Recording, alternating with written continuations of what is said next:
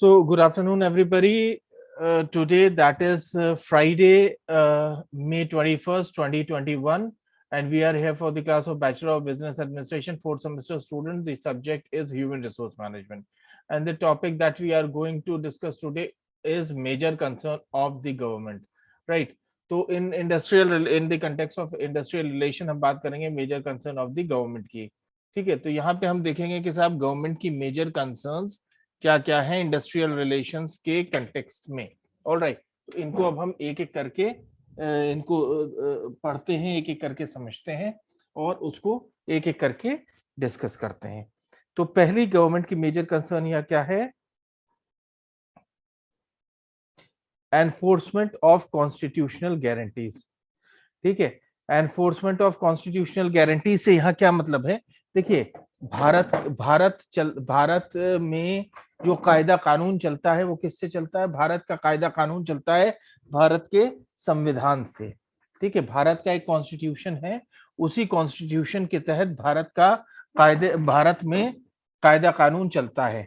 ठीक, कोई भी चीज बियॉन्ड कॉन्स्टिट्यूशन नहीं जाती है। इसी तरह से इंडस्ट्री के लिए भी, वर्कर्स के लिए भी भारत के संविधान ने कुछ कायदे कानून बनाए हुए हैं। उन्हीं कायदे कानूनों को तहत इंडस्ट्री में काम होगा, वही लेबर लॉज इंडस्ट्री में एप्लीकेबल होंगे, उसके बियॉन्ड कुछ नहीं हो सकता।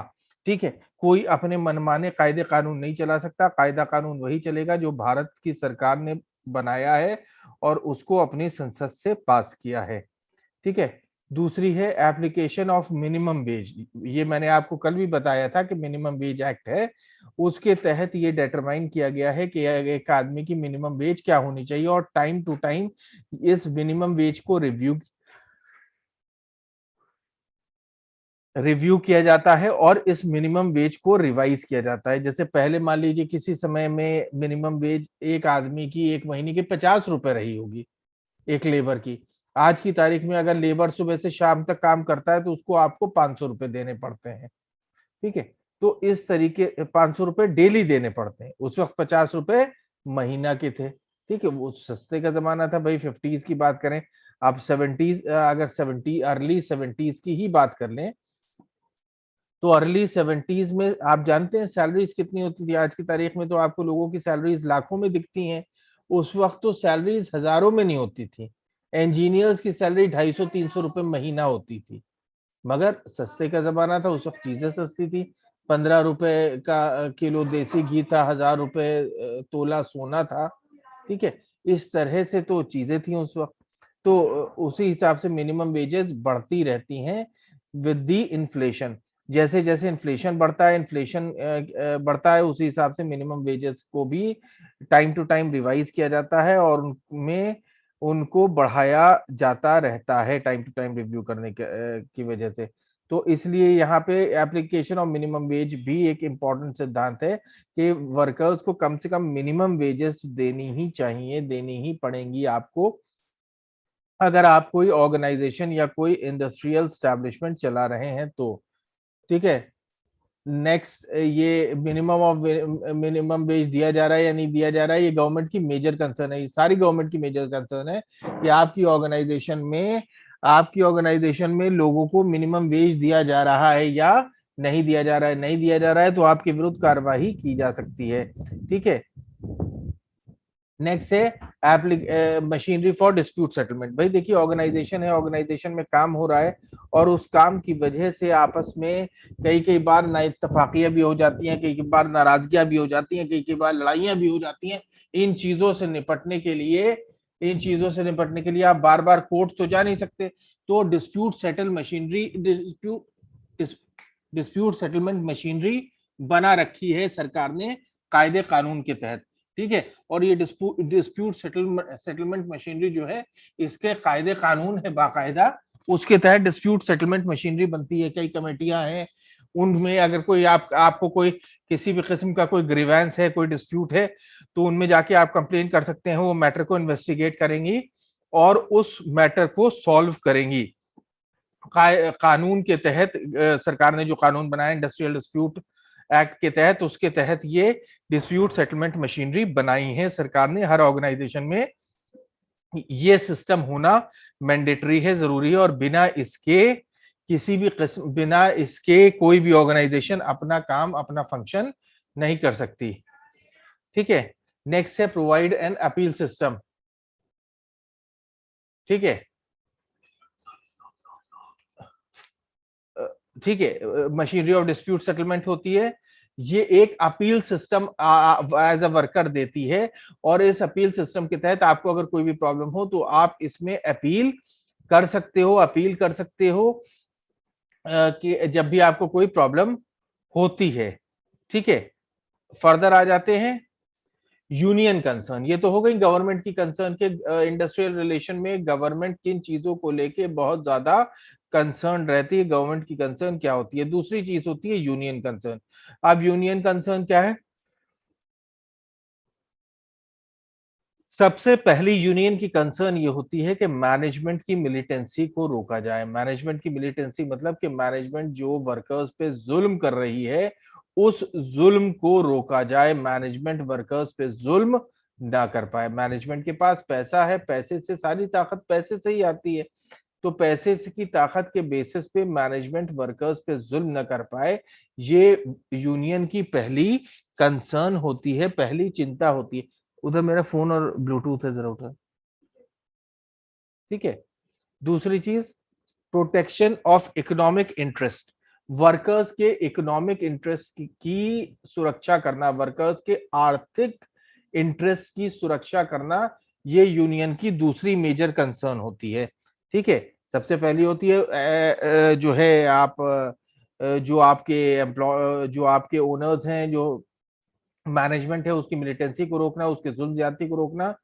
दूसरी है वर्कर्स के इकोनॉमिक इंटरेस्ट को प्रोटेक्ट करना, वर्कर्स का जो इकोनॉमिक इंटरेस्ट है उसको बचा के रखना, उसको प्रोटेक्ट करना, उसकी रक्षा करना।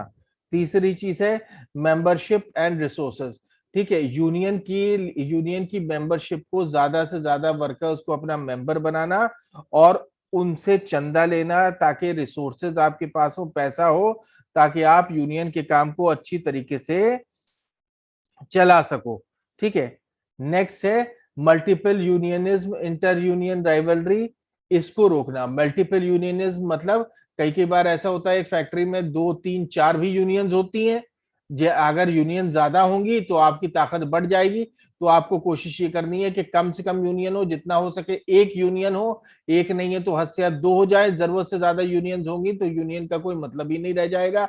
मतलब नहीं रह जाएगा, यूनियन का क्या मतलब है? मतलब नहीं रह जाएगा ये मतलब है अगर एक यूनियन में 100 वर्कर्स हैं और 5 यूनियन बन गई 20-20 लोगों की, किसी में 20 लोग हैं, किसी में 25 लोग हैं, किसी में 10 ही लोग हैं, तो उस यूनियन का कोई मतलब नहीं। और प्लस जब कई कई यूनियन बन जाएंगी ऑर्गेनाइजेशन में, तो यूनियंस में आपस में राइवलरी भी होगी, दुश्मनी भी होगी, लड़ाई झगड़े भी होंगे। तो इन चीजों को अवॉइड करना चाहिए। इन चीजों को अवॉइड करने का तरीका यही है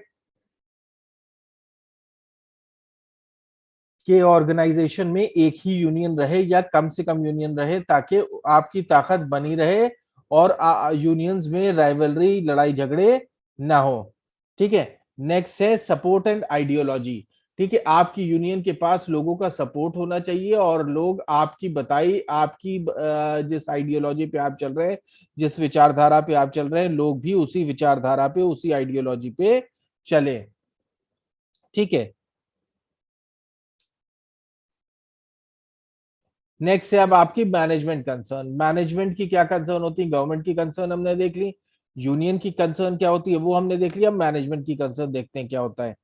सबसे पहले मैनेजमेंट की कंसर्न होती है राइट टू मैनेज। हम मैनेजमेंट है तो मैनेजमेंट करने का अधिकार हमें ही है, हमें होना चाहिए। हम मैनेजमेंट है तो मैनेज करने का अधिकार सिर्फ हमारे पास होना चाहिए, ना गवर्नमेंट के पास, ना एम्प्लॉय के पास, ना यूनियन के पास। ये अख्तियार सिर्फ हमारे पास होना चाहिए और किसी के पास ये इख्तियार नहीं होना चाहिए। दूसरा, यूनियन रिकॉग्निशन। हम उसी यूनियन से बात करेंगे या उसी यूनियन के साथ नेगोशिएट करेंगे जिस यूनियन को हम रिकॉग्नाइज करते हैं। जिस यूनियन को हम रिकॉग्नाइज नहीं करते उसके रिप्रेजेंटेटिव से हम बात भी नहीं करेंगे। यूनियन रिकॉग्निशन के लिए जरूरी यह है कि यूनियन में कम से कम 33% लोग मेंबर होंगे। 33%, 33% वर्कर्स किसी यूनियन के अगर मेंबर है, उसी यूनियन को मैनेजमेंट रिकॉग्नाइज करेगी, ये कानून है, वरना उसको रिकॉग्नाइज नहीं करेगी। तीसरी चीज है involvement of third party, management को अगर जरूरत पड़ती है तो वो कोई थर्ड पार्टी को भी इन्वॉल्व कर सकती है, ऐसे आदमी को जो यूनियन का भी ना हो और मैनेजमेंट का भी ना हो, ताकि डिस्प्यूट सेटल किया जा सके। ठीक है, या ये देखने कि साहब थर्ड पार्टी कौन है, क्या वो हमें एक्सेप्टेड है या नहीं, ये भी मैनेजमेंट की कंसर्न में है। ठीक है, नेक्स्ट है आपका टॉपिक नेचर ऑफ आईआर, इसको देखते हैं। इंडस्ट्रियल रिलेशन इन एरियाज को कवर करता है, इन एरियाज को इंडस्ट्रियल रिलेशन कवर करता है। ये कौन कौन से एरियाज हैं? सबसे पहला कलेक्टिव बार्गेनिंग, कलेक्टिव बार्गेनिंग क्या है ये हम आगे नेक्स्ट यूनिट में पढ़ेंगे। दूसरी चीज है role of management unions and government, management का, यूनियन का और गवर्नमेंट का क्या रोल होगा, ये भी इंडस्ट्रियल रिलेशन के तहत आता है। चौथी चीज machinery for resolution of industrial dispute, अगर कोई इंडस्ट्रियल डिस्प्यूट हो रहा है तो उसके रिजोल्यूशन के लिए क्या मशीनरी, क्या प्रोसीजर एग्जिस्ट करता है या करेगा आपकी ऑर्गेनाइजेशन में, ये भी इंडस्ट्रियल रिलेशन के तहत चीज आती है। चौथी चीज है individual grievance and disciplinary policy and practices, individual को अगर कोई ग्रीवेंस है तो उसके केस में क्या प्रोसीजर है और डिसिप्लिनरी पॉलिसीज एंड प्रैक्टिसेस क्या हैं। ठीक है, कि डिसिप्लिन मेंटेन करने के लिए आपकी पॉलिसीज और प्रैक्टिसेस क्या हैं। ठीक है, नेक्स्ट लेबर लेजिस्लेशन मतलब लेबर लॉज।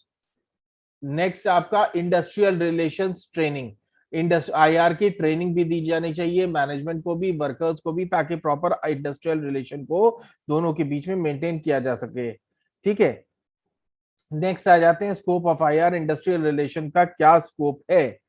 ठीक है, सबसे पहला है कि अच्छे इंटरपर्सनल रिलेशन बना के रखना ऑर्गेनाइजेशन में, ये इंडस्ट्रियल रिलेशन का सबसे बड़ा उद्देश्य है।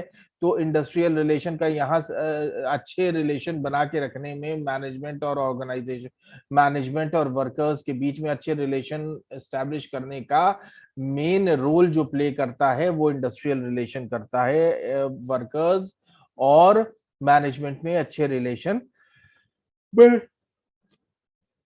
बनाए रखना जो है ये रोल इंडस्ट्रियल रिलेशन प्ले करता है सबसे बढ़िया।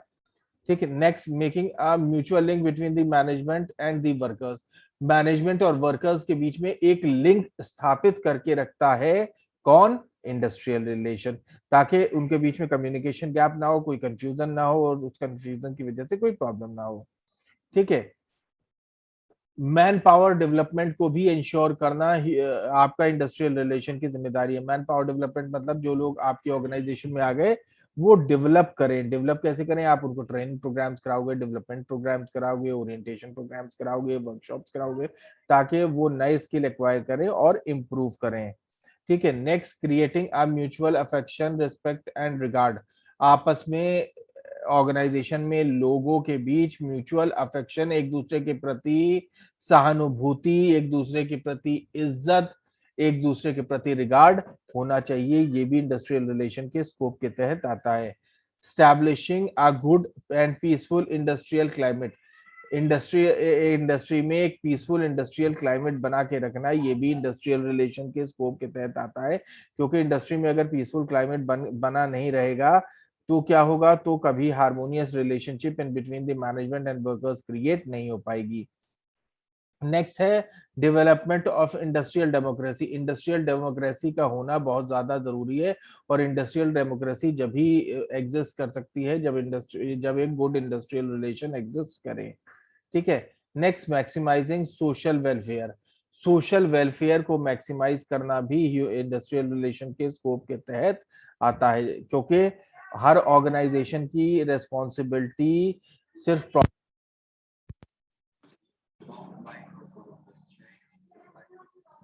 रिस्पॉन्सिबिलिटी सोशल लेवल पे भी काफी ज्यादा होती है। ठीक है,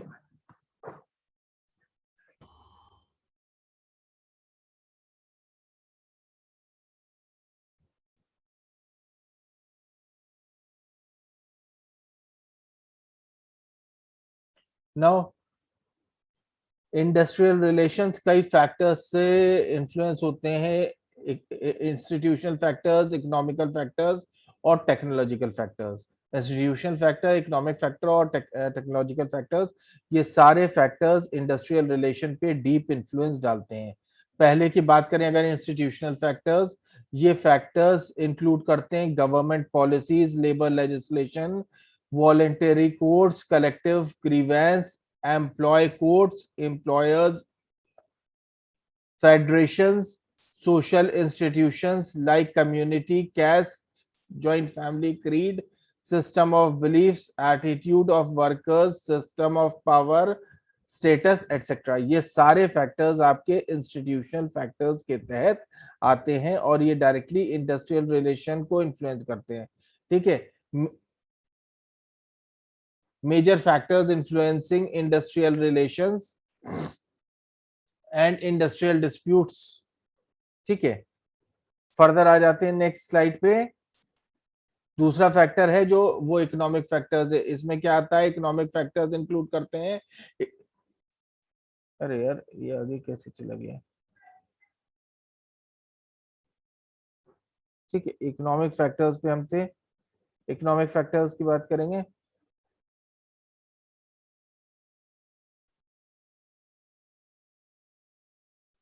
इकोनॉमिक फैक्टर्स की अगर हम बात करें तो इकोनॉमिक फैक्टर्स में कौन कौन से फैक्टर्स आ जाते हैं, जैसे इकोनॉमिक ऑर्गेनाइजेशन हो गई, जैसे कैपिटलिस्ट, कम्युनिस्ट, मिक्स्ड एटसेट्रा। ठीक है, स्ट्रक्चर ऑफ लेबर फोर्स,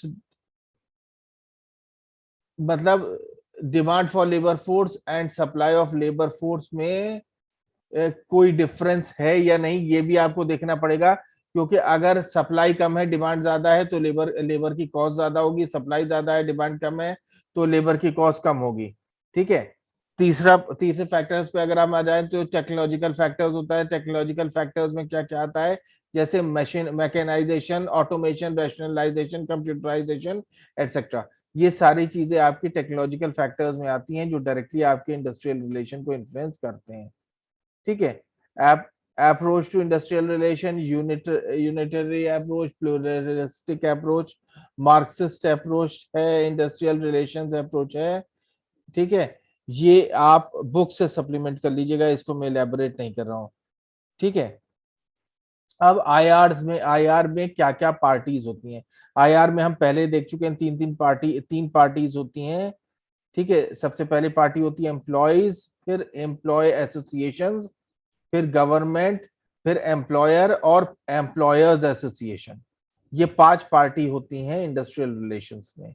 ठीक है, नॉर्मली एम्प्लॉयज एम्प्लॉय ऑर्गेनाइजेशन और एम्प्लॉयर ऑर्गेनाइजेशन को एक करके देखा जाता है। एम्प्लॉयर ऑर्गेनाइजेशन मैनेजमेंट होता है, एम्प्लॉयज ऑर्गेनाइजेशन वर्कर्स में आ जाते हैं। ठीक है, तो ब्रॉडली स्पीकिंग 3 पार्टीज होती हैं, worker management, worker union, I mean workers management and government. आप फर्दर आ जाते हैं इस पे। ठीक है, पार्टीज टू आईआर की बात करते हैं। ठीक है, सबसे पहले workers and their organisations, workers और उनकी ऑर्गेनाइजेशन। वर्कर की ऑर्गेनाइजेशन क्या होती है, वर्कर की ऑर्गेनाइजेशन होती है ट्रेड यूनियन। ठीक है, employer and their organisation, employer और उनकी ऑर्गेनाइजेशन हो गई। ठीक है, फिर गवर्नमेंट हो गया, ये तो बात हो ही गई। अब इसके बाद आ जाते हैं वर्कर्स एंड देयर ऑर्गेनाइजेशन, जिसमें देखते हैं इसके तहत क्या क्या आता है। Personal characteristics of the workers, उनका culture, education, qualification, skills, attitudes, work की तरफ जो होता है वो एक इंपॉर्टेंट रोल प्ले करता है इंडस्ट्रियल रिलेशंस में। ठीक है, वर्कर्स जो होते हैं उनकी ऑर्गेनाइजेशन यानी कि ट्रेड यूनियन, वो पॉलिटिकल इंस्टीट्यूशंस होती हैं जो बनती हैं वर्कर्स के इकोनॉमिक और सोशल इंटरेस्ट को प्रोटेक्ट करने के लिए ट्रेड यूनियंस बनाई जाती हैं। ठीक है, एम्प्लॉयर एंड देयर ऑर्गेनाइजेशन, अब एम्प्लॉयर और उनकी ऑर्गेनाइजेशन को देखे ले रहे हैं। एम्प्लॉयर जो है वो सबसे इंपॉर्टेंट वेरिएबल है इंडस्ट्रियल रिलेशन का, वो वर्कर्स को एम्प्लॉयमेंट देते हैं और उनके बिहेवियर को रेगुलेट करते हैं, उनको प्रोडक्टिव करके। ठीक है, वर्कर्स को वो एम्प्लॉयज को काम देते हैं और उनके बिहेवियर को रेगुलेट करते हैं। ठीक है, ताकि प्रोडक्टिविटी उनकी बढ़ सके। इंडस्ट्रियल अनरेस्ट होता है जब एम्प्लॉयर डिमांड वर्कर से बहुत हाई लेवल की डिमांड करते हैं और वर्कर्स को लो इकोनॉमिक बेनिफिट्स देते हैं। ठीक है, यहाँ पे वर्कर्स एम्प्लॉयर्स अपनी बार्गेनिंग पावर बढ़ाने के लिए एम्प्लॉयर्स अपनी भी एसोसिएशन बना लेते हैं। ठीक है, एम्प्लॉयर कौन होते हैं? एम्प्लॉयर वो होते हैं जो वर्कर्स को काम पे रखते हैं और उनको उनके बिहेवियर को रेगुलेट करते हैं। एम्प्लॉयर्स और वर्कर्स में तनाव कहाँ पे शुरू होता है? तनाव यहाँ पे शुरू होता है जब एम्प्लॉयर वर्कर से काम ज्यादा कराता है और पैसा कम देता है। जैसे वर्कर अपने को मजबूत करने के लिए ट्रेड यूनियन बना लेते हैं, वैसे ही एम्प्लॉयर्स अपने को मजबूत करने के लिए एम्प्लॉयर्स यूनियन बना लेते हैं, ताकि वो वर्कर्स को, उनके पास पैसे की ताकत तो ही है, एम्प्लॉय यूनियन बना के वर्कर को और ढंग से टॉर्चर कर सकते हैं। ठीक है, और अपने इंटरेस्ट को प्रोटेक्ट कर सकते हैं, बल्कि क्योंकि कई जगह वर्कर्स गलत होते हैं, कई जगह मैनेजमेंट भी गलत होती है, तो कई जगह वर्कर्स भी गलत होते हैं। ठीक है, अब नेक्स्ट पे आ जाते हैं गवर्नमेंट। गवर्नमेंट में देख लेते हैं, गवर्नमेंट या स्टेट एक अपना इंपॉर्टेंट इन्फ्लुएंस डालता है इंडस्ट्रियल रिलेशन पे। जैसे वो वर्किंग रिलेशनशिप में को रेगुलेट करता है, वेजेस, बोनस, वर्किंग कंडीशंस को रेगुलेट करता है, अलग अलग लॉज से, जो लेबर लॉज उन्होंने बना रखे हैं, ये बोथ ट्रेड यूनियन और एम्प्लॉयर्स यूनियंस पे एक चेक बना के रखता है और अपने लेबर लॉज के अकॉर्डिंग जो है काम करने को कहता है वर्कर्स और उनकी यूनियन को, और एम्प्लॉयर्स और उनकी यूनियन को, और एक चेक स्टैब्लिश करके रखता है ताकि कोई भी लाइन क्रॉस ना कर सके। ठीक है, फर्दर आ जाते हैं, साउंड इंडस्ट्रियल रिलेशन की बात कर लें। साउंड इंडस्ट्रियल रिलेशन बहुत जरूरी है इंडस्ट्रियल पीस बनाए रखने के लिए और इंडस्ट्रियल प्रोडक्टिविटी को मेंटेन रखने के लिए साउंड इंडस्ट्रियल रिलेशन बहुत ज्यादा जरूरी है। लेबर और मैनेजमेंट के बीच में कॉर्डियल रिलेशनशिप बनाने के लिए जरूरी है कि दोनों के बीच में कोऑपरेशन और कोऑर्डिनेशन हो, अच्छी तरह से दोनों के बीच में कोऑपरेशन और कोऑर्डिनेशन पूरी तरह से स्टैब्लिश्ड हो। ठीक है, ये आसान नहीं है कि साउंड इंडस्ट्रियल रिलेशन आप बना सकें। यहाँ पे कई कंडीशंस होनी चाहिए जिसके जरिए आप साउंड इंडस्ट्रियल रिलेशंस बना सकते हैं। हालांकि साउंड इंडस्ट्रियल रिलेशन बनाना मुश्किल है, लेकिन फिर भी कुछ ऐसी प्री कंडीशंस हैं जिनको क्रिएट करके आप साउंड इंडस्ट्रियल रिलेशंस को स्टैब्लिश कर सकते हैं, ताकि आप वर्कर्स और एम्प्लॉय के बीच में एक हार्मोनियस रिलेशनशिप बनाकर रख सकें। ठीक है, फर्दर एग्जिस्टेंस ऑफ स्ट्रॉन्ग, ठीक है, एक मजबूत, वेल ऑर्गेनाइज्ड और डेमोक्रेटिक एम्प्लॉयज यूनियन का होना बहुत जरूरी है, और existence of sound and organise employers union, एक मजबूत और वेल ऑर्गेनाइज एम्प्लॉय यूनियन, एक मजबूत और वेल ऑर्गेनाइज एम्प्लॉयर यूनियन का होना बहुत ज्यादा जरूरी है, ताकि वो सही से काम कर सके। अगर ये मजबूत नहीं होगी और वेल ऑर्गेनाइज नहीं होगी तो ये अपना काम अच्छे तरीके से नहीं कर पाएंगे। यहाँ पे कलेक्टिव बार्गेनिंग की स्पिरिट होनी चाहिए दोनों में, ताकि वो आमने सामने बैठ के एक दूसरे से नेगोशिएट कर सकें और किसी हल पर पहुंच सकें, अपनी समस्या को सुलझा सकें, इंडस्ट्रियल पीस को बनाए रख सकें और अपने बीच में हार्मोनियस रिलेशनशिप बना के रख सकें, और जो भी एक आपस में छोटा मोटा डिस्प्यूट हो उसको आसानी के साथ सेटल कर सके, ऐसे डिस्प्यूट सेटलमेंट मशीनरी को बना सके, उसको मेंटेन कर सके और उसको फॉलो अप कर सके। Provision for bipartite and tripartite remedies to evolve proper personal policies, bipartite और ट्राईपार्टाइट सिस्टम को स्टैब्लिश कर सके ताकि ये इफेक्टिव पर्सनल पॉलिसीज को फॉर्मुलेट कर सकें। ठीक है, ऐसी कमेटीज को स्टैब्लिश करें जो कि कलेक्टिव बार्गेनिंग को इवैल्यूएट कर, कलेक्टिव बार्गेनिंग एग्रीमेंट्स को प्रॉपरली इवैल्यूएट करे। ठीक है, next, create proper mechanism, proper legal mechanism बना सके ताकि डिस्प्यूट्स क्विकली और इजीली सेटल हो सके। ठीक है, प्रॉपर लीगल मैकेनिज्म बनाए ताकि डिस्प्यूट प्रॉपरली और लीगली सेटल डाउन हो सके। Next, factors affecting industrial relation strategy. Factors affecting IR strategy, कौन कौन से ऐसे फैक्टर्स हैं जो आईआर स्ट्रैटेजी को पे डायरेक्टली इंपैक्ट डालते हैं? ठीक है, सबसे पहला, attitude of management towards employees and union. ठीक है, कौन कौन से ऐसे फैक्टर्स हैं जो इंडस्ट्रियल रिलेशन स्ट्रैटेजी को इफेक्ट करते हैं? इसमें सबसे पहला फैक्टर है मैनेजमेंट का एटीट्यूड टुवर्ड्स एम्प्लॉयज और देयर यूनियन। मैनेजमेंट का एटीट्यूड एम्प्लॉयज और उनकी यूनियन की तरफ क्या है? क्या मैनेजमेंट एम्प्लॉयज और उनकी यूनियन को गुंडों के तौर से देखती है कि ये ऑर्गेनाइजेशन में गुंडागर्दी कर रहे हैं, या वो उनको इस पॉइंट ऑफ व्यू से देखते हैं कि हाँ साहब ये वर्कर्स के रिप्रेजेंटेटिव्स हैं और वर्कर्स के हक की बात कर रहे हैं, वर्कर्स के हक की सही बात कर रहे हैं। दूसरी चीज, attitude of the employees towards management. Employees, workers आपके मैनेजमेंट को किस तरह से देखते हैं? क्या वो मैनेजमेंट को बिल्कुल मिलिटेंट के तौर से देखते हैं कि ये उग्रवादी हैं, सिर्फ हम पे जुल्म और जबर कर रहे हैं?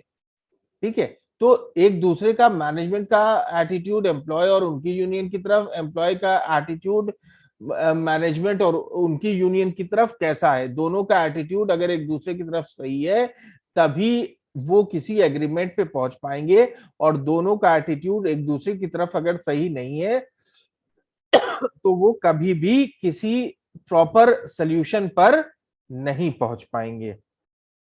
ठीक है, attitude of employees to unions. Employees का एटीट्यूड अपनी यूनियन की तरफ कैसे है? उन्होंने मेंबरशिप ले भी रखी है या फर्जी की बात करते हैं, अपनी अपनी ऑर्गेनाइजेशन में वो मेंबर है ही नहीं। ठीक है, inevitability of differences of opinion between management and unions. Management और यूनियंस अपने मतभेद को किस प्रकार लेती है? क्या वो मतभेद होने को एक दूसरे से दुश्मनी होना समझती है, या मतभेद को वो मतभेद के तरीके से ही लेती है? Next, extent to which the management can or wants to exercise absolute authority to enforce decision affecting the interests of the employees। Management अपनी एब्सोल्यूट अथॉरिटी, मैनेजमेंट अपनी ताकत का प्रयोग क्या एम्प्लॉयज से बिना, एम्प्लॉय उन उन चीजों में भी करती है एम्प्लॉयज पे थोपने में जिसमें डायरेक्ट एम्प्लॉयज का इंटरेस्ट इन्वॉल्व है, या मैनेजमेंट एम्प्लॉयज की सलाह मशवरा ले लेती है खासतौर से उन फैसलों को लेने में जिनमें एम्प्लॉयज का डायरेक्ट स्टेक इन्वॉल्व है? ये चीज बहुत इंपॉर्टेंट है। अगर मैनेजमेंट जो है एम्प्लॉय का भी व्यू ले लेती है, बहुत अच्छी बात है क्योंकि उसमें एम्प्लॉय का डायरेक्ट स्टेक इन्वॉल्व है। और अगर उसमें एम्प्लॉय का स्टेक इन्वॉल्व नहीं है और मैनेजमेंट उनका व्यू नहीं ले रही है तो उसमें कोई दिक्कत वाली बात भी नहीं होनी चाहिए। ठीक है, अब यहाँ पे external factors affecting IR strategies, ये तो internal factors which affect the IR strategy हो गए। अब देखते हैं external factors affecting the IR strategy. ठीक है, यहाँ पे militancy of the union nationally और लोकली। यहाँ पे ये देखना है कि यूनियन, ऐसा तो नहीं कि यूनियन के जरिए एम्प्लॉय वर्कर्स जो है वो ऑर्गेनाइजेशन में गुंडागर्दी मचाए। दूसरी चीज, effectiveness of the union officials to. ठीक है, क्या मैनेजमेंट यूनियन के जो रिप्रेजेंटेटिव्स हैं वो ऑर्गेनाइजेशन के कायदे कानून में तो हस्तक्षेप नहीं कर रहे कि सुपरवाइजर्स को डरा रहे हैं, धमका रहे हैं और उनको उनका काम करने से रोक रहे हैं? ऐसा तो नहीं है।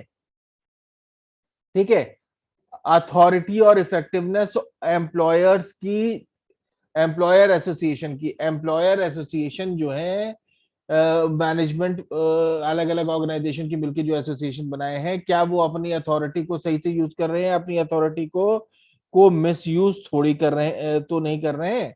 ठीक है, the extent to which the bargaining is carried out at national, local and plant level। Bargaining कितनी अच्छी तरह से हो पा रही है लोकल लेवल पे, प्लांट लेवल पे या नेशनल लेवल पे? तभी यूनियंस का कोई मतलब है, वरना यूनियंस का कोई मतलब नहीं है। इफेक्टिवनेस ऑफ नेशनल और local procedure agreements that may exist. ठीक है, जो एग्रीमेंट हो रहे हैं बार्गेनिंग के बाद, क्या वो वाकई लागू किए जा रहे हैं या सिर्फ दिखावे के लिए वो हो रहे हैं और हो भी नहीं पा रहे हैं? एम्प्लॉयमेंट और पे सिचुएशन नेशनली और लोकली क्या है?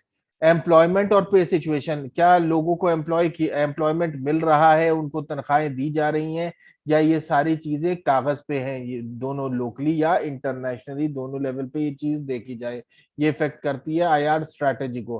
ठीक है, वो लीगल फ्रेमवर्क जिसमें इंडस्ट्रियल रिलेशन एग्जिस्ट करता है वो भी बहुत इंपॉर्टेंट इन्फ्लुएंस डालता है towards making of industrial relation strategies.